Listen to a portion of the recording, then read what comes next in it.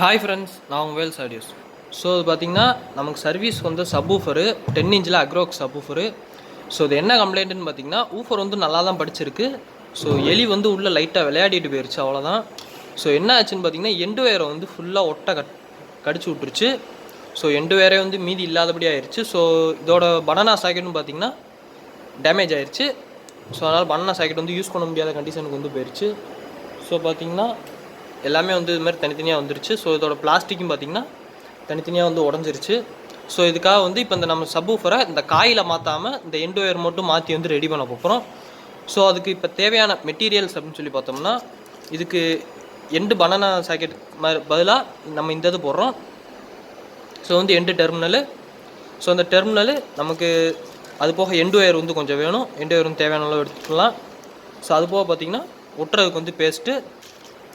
So அது போக நமக்கு ஒரு ஷார்ப்பான வந்து கத்தி ஒன்று வேணும். ஸோ கப்பை வந்து இதை மட்டும் ஓப்பன் பண்ணி தான் வந்து நம்ம வேலை பார்க்க போகிறோம். பேப்பர் வந்து மாற்ற போகிறதில்ல.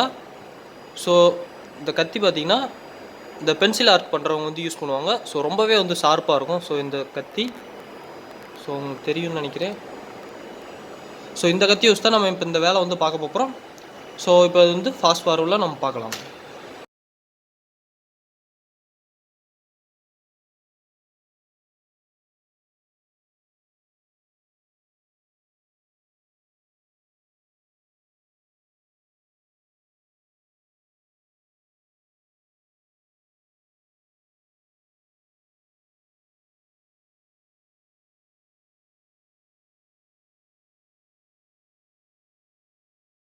இதில் இப்போ பார்த்தீங்கன்னா நம்ம ஸ்பீக்கர் வந்து பேப்பர் வந்து மாற்றியாச்சு. ஸோ இதில் டஸ்ட்டு கப்பும் வந்து ஒட்டிட்டேன். நெக்ஸ்ட்டு இன்னும் என்ன வேலை பாக்கி இருக்குது அப்படின்னு சொல்லி பார்த்தீங்கன்னா, கீழே வந்து நம்ம எண்டு ஒயர் வந்து சால்ட்ரிங் பண்ணணும். ஸோ இந்த எண்டு ஒயர் சால்ட்ரிங் பண்ணும்போது கொஞ்சம் வந்து கேர்ஃபுல்லாக இருக்கணும். அதாவது 2 பக்கமே லென்த் வந்து ஒரே மாதிரி வந்து விட்டுக்கோங்க. ஸோ ரொம்ப கூட இருந்துச்சு அப்படின்னா உங்களுக்கு இந்த 2 ஒயர் வந்து உள்ளே ஊடி இப்படி 2 மடங்கி ஷார்ட் ஆகிறதுக்கு சான்ஸ் இருக்குது. ஸோ ரொம்ப கம்மியாக விட்டீங்க அப்படின்னா ஊஃபர் வந்து மூவ்மெண்ட் அதிகமாக இருக்கும்போது இந்த ஒயர் வந்து கட் ஆகிறதுக்கு வந்து சான்ஸ் இருக்குது. ஸோ அதனால் பார்த்திங்கன்னா ஒரு லெவலாகவே வந்து ஒயர் விட்டுக்கோங்க. ஸோ இப்போ அது போக பார்த்திங்கன்னா தேவையான அளவுக்கு வந்து ஒயர் வந்து வச்சுக்கிட்டோம். ஸோ இந்த அளவுக்கு இருந்தால் போதும். நீங்கள் வீடியோவில் பார்த்தீங்கன்னா தெரியும். ஸோ இந்த அளவுக்கு இருந்தாலே போதுமானது. ஸோ இப்போ வந்து இதை சால்ட்ரிங் பண்ணிடுவோம். சால்ட்ரிங் பண்ணிவிட்டு நம்ம ஊஃபர் வந்து டெஸ்ட் பண்ணி பார்க்கலாம்.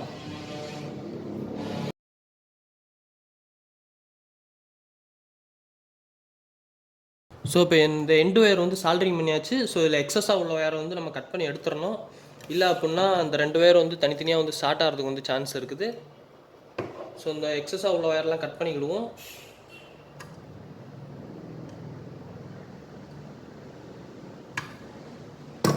ஸோ இதில் வந்து ஃபஸ்ட்டு வந்து பனானா சாக்கெட் டைப் தான் வந்து ஃபஸ்ட்டு இதில் இருந்துச்சு.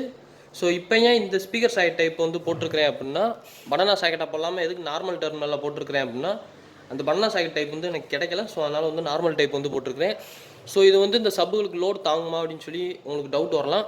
ஸோ JBL 1500லே பார்த்தீங்கன்னா இது மாதிரி டெர்மினல் தான் போட்டிருப்பாங்க. அதில் வந்து பனானா சாக்கெட் போட்டிருக்க மாட்டாங்க. ஸோ டெர்மினல் வந்து ப்ராப்ளம் இல்லை. ஸோ இப்போ அதுக்கு வந்து லைன் கொடுத்து நம்ம டெஸ்ட் பண்ணி பார்க்கலாம்.